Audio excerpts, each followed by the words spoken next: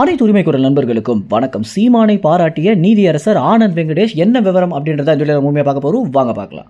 நீதியரசர் ஆனந்த் வெங்கடேஷ் அப்படின்ற ஒரு நபரை கொஞ்ச நாளுக்கு முன்னாடி வரைக்கும் நம்ம யாருக்குமே தெரிஞ்சிருக்காது அப்படின்னு சொல்லலாம். அதுக்கு பிறகு அவர் எப்போ வெளியே தெரிய ஆரம்பிச்சிருந்தாரு அப்படின்னா, இந்த திராவிட எதிர்ப்பு மாநாடு நடக்கவே கூடாது அப்படின்றதுனால தமிழக காவல்துறை பார்த்தீங்கன்னா அந்த போராட்டம் நடக்கிற இடத்துக்கே போயிட்டு அந்த மகாலை முற்றுப்புள்ளி வச்சதும், அதற்கு பிறகு அங்கிருந்த அனைவரையுமே பாரிசாலன் உட்பட அனைத்து தமிழ் தேசிய கூட்டமைப்பில் இருக்கவங்களையும் கைது பண்ணதும் ஒரு பெரிய சம்பவமாகவே பார்க்கப்படுச்சு. தமிழ்நாட்டில் இருக்கக்கூடிய அனைத்து அரசியல் கட்சிகளுமே இந்த ஒரு விஷயம் குறித்து வாயை திறக்காத நிலையில ரொம்பவே துணிச்சலாக ஆனந்த் வெங்கடேஷ் பார்த்தீங்கன்னா இந்த ஒரு விவகாரத்திற்கு தமிழ் தேசியத்திற்கு ஆதரவாகவும் மற்றும் சுதந்திர நாடு அப்படின்றதுக்கு ஒரு எடுத்துக்காட்டாகவும் போராட்டம் பண்றது, மறியல் பண்றது, இது எல்லாமே மக்களுக்கு இடையூறு இல்லாம பண்ணாங்க அப்படின்னா அது அவங்களுடைய தனிப்பட்ட விருப்பம் அப்படின்னும், இந்த மாதிரி அவங்க ஒரு விஷயத்துக்காக போராடுறாங்க அப்படின்னா காவலர்கள் நிச்சயமாக அதுக்கு பாதுகாப்பு தரணுமே தவிர அவங்கள போராடவே கூடாது, நீங்க எதிர்த்து பேசவே கூடாது அப்படின்னு சொல்ற உரிமை யாருக்குமே கிடையாது அப்படின்னு ஆனந்த் வெங்கடேஷ் பாத்தீங்கன்னா ரொம்ப துணிச்சலான ஒரு நீதியை கொடுத்திருந்தாரு.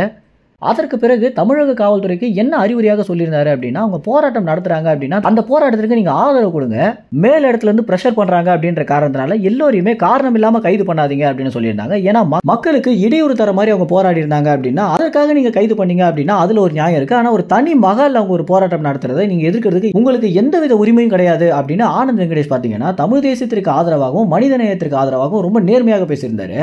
கருத்து சுதந்திரம் அப்படின்றது ஒவ்வொரு மனுஷனுக்குமே இருக்கு அப்படின்னும், அதுல நம்ம யாருமே தலையிடக்கூடாது அப்படின்றத ஆனந்த் வெங்கடேஷ் பாத்தீங்கன்னா காவலர்களுக்கு கொடுத்த அறிவுரையாக இருந்துச்சு.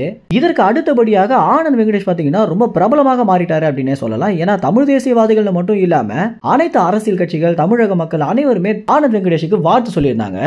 இந்த மாதிரி ஆனந்த் வெங்கடேஷ் பண்ணிய காரியத்திற்கு செய்தியாளர்கள் சந்திப்புல சீமான் கூட என்ன சொல்லியிருந்தாரு அப்படின்னா, ஆனந்த் வெங்கடேஷ் போன்ற ஒரு அதிகாரியை பார்க்கறது ரொம்ப அபூர்வம் அப்படின்னும், நான் சிறைக்கு சென்ற ஒரு தருணத்துல எனக்கு ஒரு நீதியரசர் இந்த மாதிரி தான் ரொம்ப உற்சாகமூட்டி அமைச்சாரு அப்படின்னும், அந்த நீதியரசர் என்ன சொல்லியிருந்தாரு அப்படின்னா, உங்களுடைய போராடுற குணத்தை மட்டும் விட்டுறாதீங்க, இந்த மாதிரி சிறை தண்டனை இவை எல்லாமே இன்னும் நிறைய கூட வர்றதுக்கு நிறைய வாய்ப்புகள் இருக்கு, ஆனா இதனால நீங்க பயந்து பின்வாங்கிடக்கூடாது அப்படின்னு எனக்கு ஒரு நீதியரசர் அறிவுரை கொடுத்திருந்தாரு அப்படின்னும், அதற்கு அடுத்தபடியாக இந்த நீதியரசர் தான் பாத்தீங்கன்னா நான் பாராட்டியிருக்காரு அப்படின்னு சொல்லியிருந்தாரு. சீமான ஆனந்த் வெங்கடேஷ் என்ன பாராட்டியிருந்தாரு அப்படின்னா அது வரைக்கும் பாத்தீங்கன்னா யாருக்குமே தெரியாம இருந்துச்சு. இந்த மாதிரியான காரியங்களை நிறைய ஊடகங்கள் கவர் பண்ண மாட்டாங்க அப்படின்னு சொல்லலாம்.